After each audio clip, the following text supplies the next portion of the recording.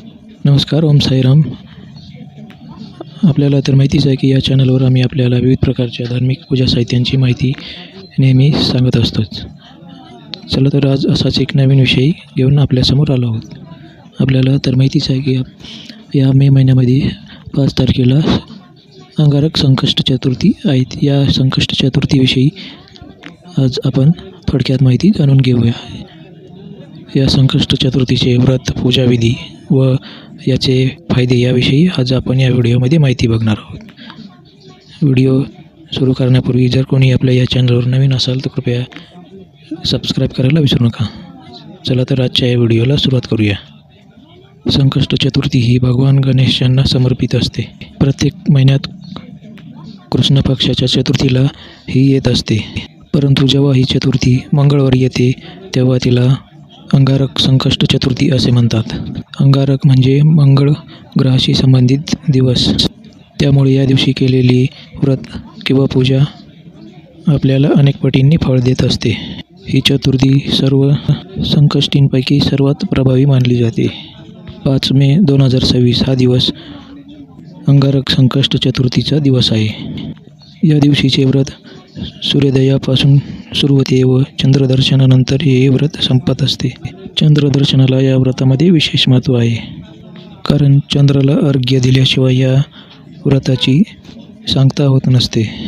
चला आता जाणून घेऊया या व्रताविषयी थोडक्यात व सविस्तर माहिती. या संकष्ट चतुर्थीचे व्रत करण्यासाठी आपण सकाळी लवकर उठावे, स्नान वगैरे करावे, शक्यतो लाल रंगाचे कपडे परिधान करावे, देवघर स्वच्छ करावे, देवघरासमोर रांगोळी काढावी, त्यानंतर पूजेची तयारी करावी. गणपती बाप्पाची मूर्ती किंवा फोटो पाटावरती ठेवावा.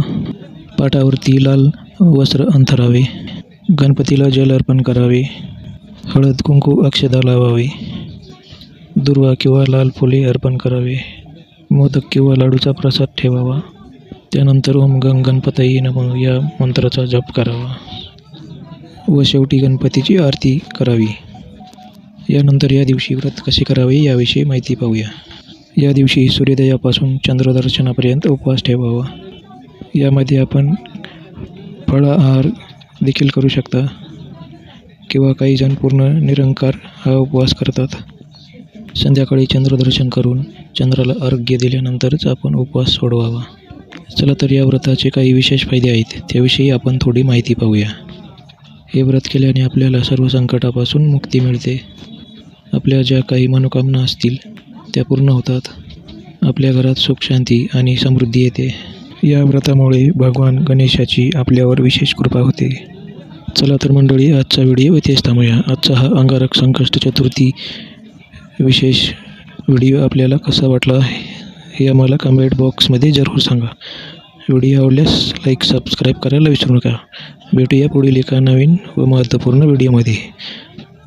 व्हिडिओ शेवटपर्यंत पाहिल्याबद्दल धन्यवाद. ओम साईराम.